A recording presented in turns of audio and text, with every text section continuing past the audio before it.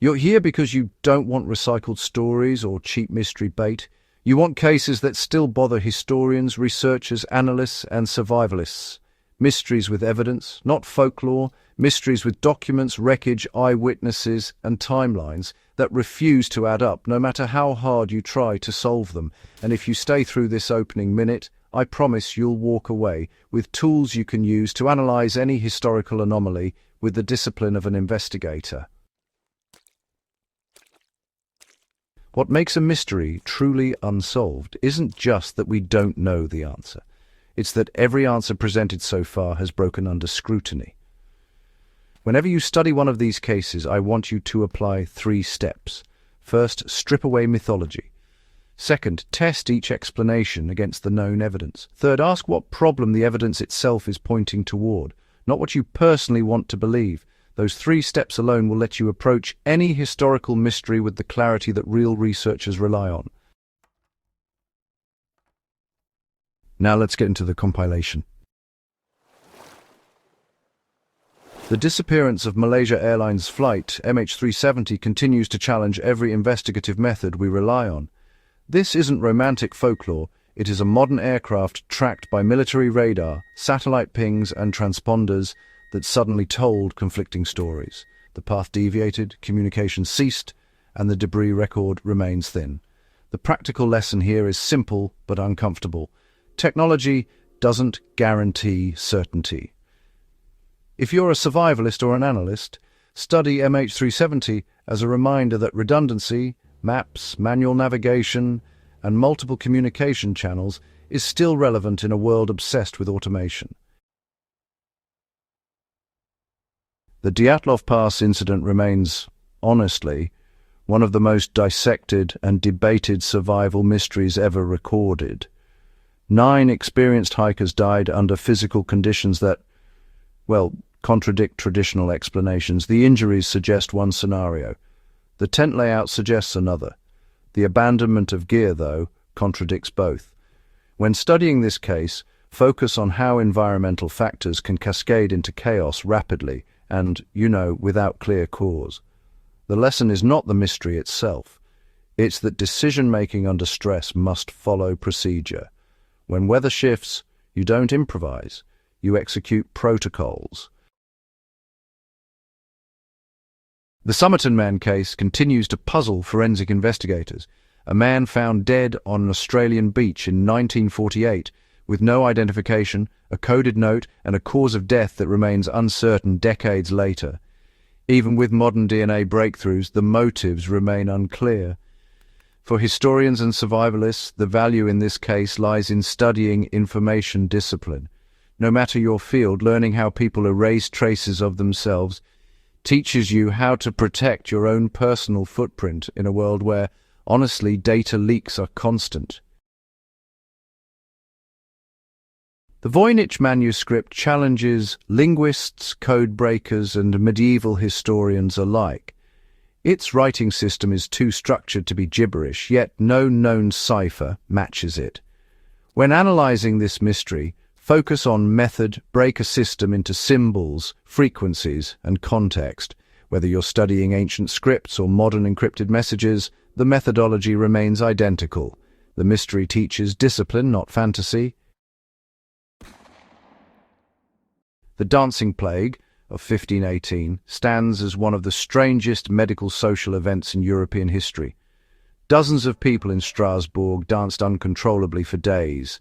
Theories have ranged from mass psychogenic illness to contaminated grain, but honestly, none explain the duration or the scale. The lesson here is to study how communities react collectively under stress. If you work in emergency preparedness or study social behavior, the Dancing Plague demonstrates just how quickly crowds can shift into coordinated irrationality. The disappearance of the lost colony of Roanoke remains a vital example of incomplete archaeology and conflicting colonial records. Carvings on trees, abandoned settlements, and missing families. Survivalists can learn from this by studying the reality of population relocation under pressure. Harsh winters, low supplies, and limited communication always force choices that leave little evidence for future generations. The identity of D.B. Cooper continues to frustrate aviation historians and FBI analysts alike. A man hijacks a plane, parachutes out with money, and disappears without a trace. Study this case for what it teaches about exploitation of procedural blind spots. Cooper didn't perform magic, he exploited predictable behavior from the aviation industry.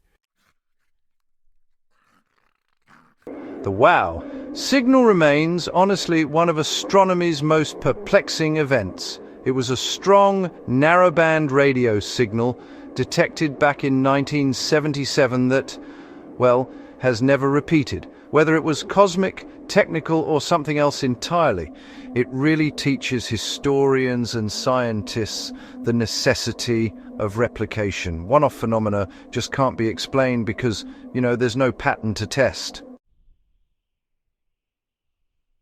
The disappearance of the USS Cyclops in 1918 remains, to this day, one of the US Navy's greatest mysteries.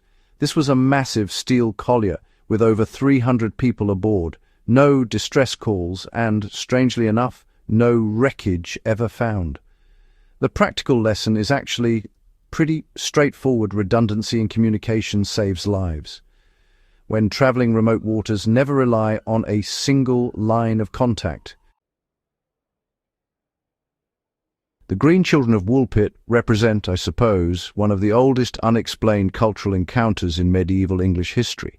Two children appear, wearing unusual clothing, speaking an unfamiliar language, and, remarkably, with green-tinted skin. Whether it was malnutrition, folklore, or perhaps an undocumented migration, the lesson is that early historians often recorded events with limited context, which in turn forces us to reconstruct meaning from incomplete sources.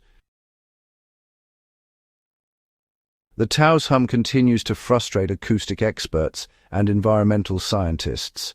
It's a low-frequency hum heard by some residents but not others. Even when equipment can't detect a pattern, perception alone becomes data. This case teaches you to separate measurable phenomena from subjective experience without dismissing either.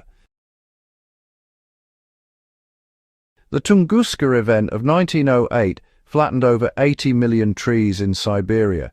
Yet, interestingly, it did so without leaving behind a crater. Whether it was a comet, an asteroid, or perhaps an atmospheric explosion, the aftermath, well, it teaches disaster researchers that catastrophic events can actually occur without leaving the traditional signatures we might expect.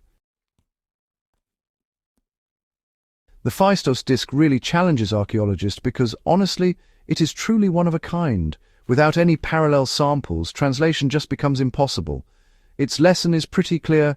Extraordinary artifacts require extraordinary comparative material, not just assumptions. Each of these mysteries serves as a reminder that the historical record is not complete, and frankly it never will be.